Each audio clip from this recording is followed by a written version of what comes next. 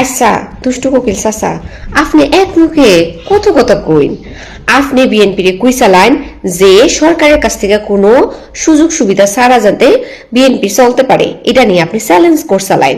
তখন আমি কিন্তু আপনার এই চ্যালেঞ্জের প্রতিবাদ করছিলাম যে বিএনপির কাছে এত টাকা পয়সা নাই আপনার মতো, আপনারা যেমন জাকাত ফেতরা, তারপরে হইতেছে এই যে কুরবানি যে চামড়া, তারপরে এই সব নাম কইরা যে সমস্ত টাকা পয়সা মনে করেন যে দেশ বিদেশ থেকে আপনি লুটপাট করুন, এই সমস্ত টাকা পয়সা যে বিএনপি নাই, এই কথাটা আমি আপনারা নির্বাচনের আগেই কইছিলাম। কিন্তু কথা আপনারা আমার কিতা করছুন, আমার কথার এই প্রতিবাদ কইরা আপনারা আমার নিয়ে ইচ্ছা মতো ট্রোল করছুন। এখন আপনি কিতা করলেন, এখন আপনার যারা হইতেছে ফলোয়ার ফ্যান ফলোয়াররা আছে, হ্যাঁ আপনারা তো কিছু একটা করবার পারে।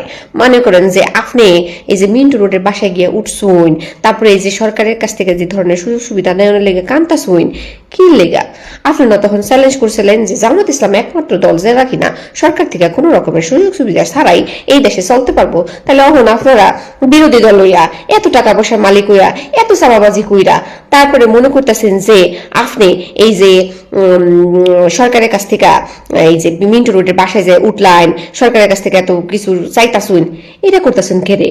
কেন আপনার এক কথার মধ্যে আপনি সীমাবদ্ধ থাকতে পারেন না?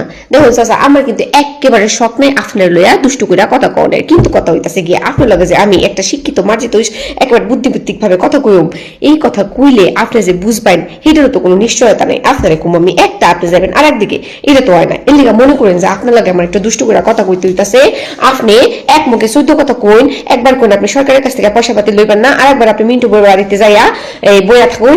এই যে সরকারের কাছ থেকে আপনি যে সুবিধাটা লইতাছুন, এটা আপনার যে ন্যায় নীতি, আপনার যে কথাবার্তা, এটা লগে কি মিলে? মিলে তো না চাচা। এটা আপনি কিটা করতেছুন? এটা কিছু হইলো? এটা তো কিছু হইলো না চাচা।